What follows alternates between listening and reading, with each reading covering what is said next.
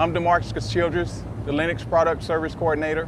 Today, I'm going to show you how to repair a refrigerant leak in the Lennox Environ Coil system. Okay, the tools and equipment that you would need in order to repair a refrigerant leak on the Lennox new Environ Coil system. First of all, you're going to need your safety material, your safety glasses, your gloves.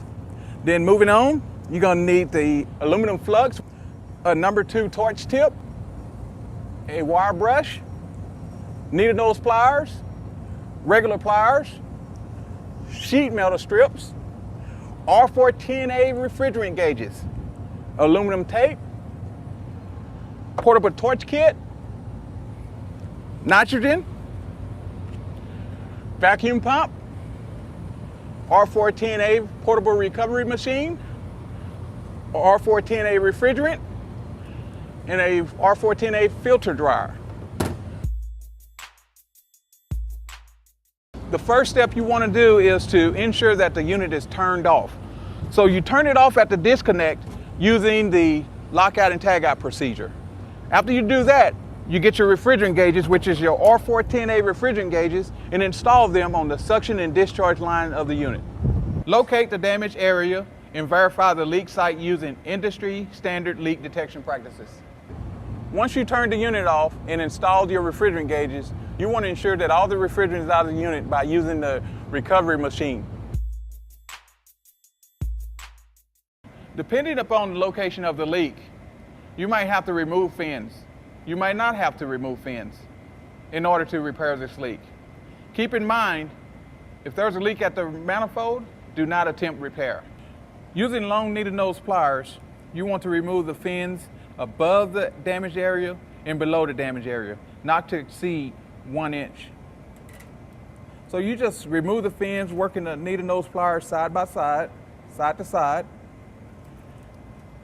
Right now I'm removing the fins above the damaged area. You want to try to clean it out as much as possible so that the heat will flow properly.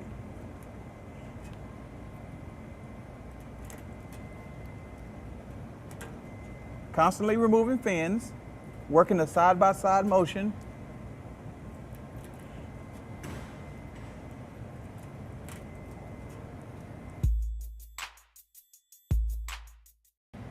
Use a small stainless steel brush to clean out, just loose pieces, and ensure that you don't contaminate this area.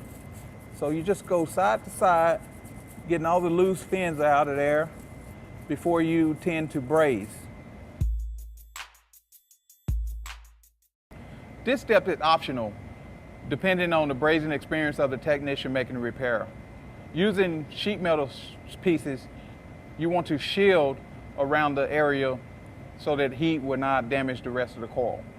You want to use foil tape to hold the sheet metal pieces against the coil around the repair area.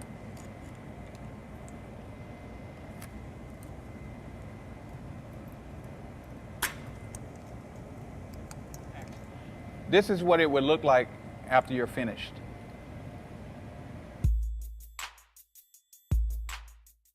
Using a portable oxyacetylene tank and a number 2 torch tip, you want to try to work the flame around the area to ensure that you do not overheat the coil itself, because it will damage.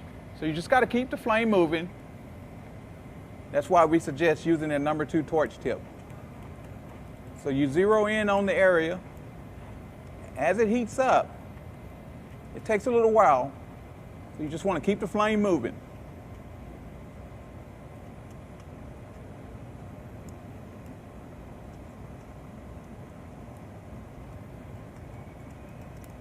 Okay, there we go. Once the repair is complete, you want to install a new filter dryer, and then you want to pressurize the system with nitrogen to ensure that the leak is repaired. Once you ensure that the leak has been properly repaired and the nitrogen held for about 30 minutes, you want to blow the nitrogen, and then you want to install a vacuum pump in order to pull the unit down to 500 microns. Now that the unit has been fully evacuated, you want to charge the system with R410A refrigerant using the nameplate on the side of the unit. After the repairs are made, Return the unit to normal operation.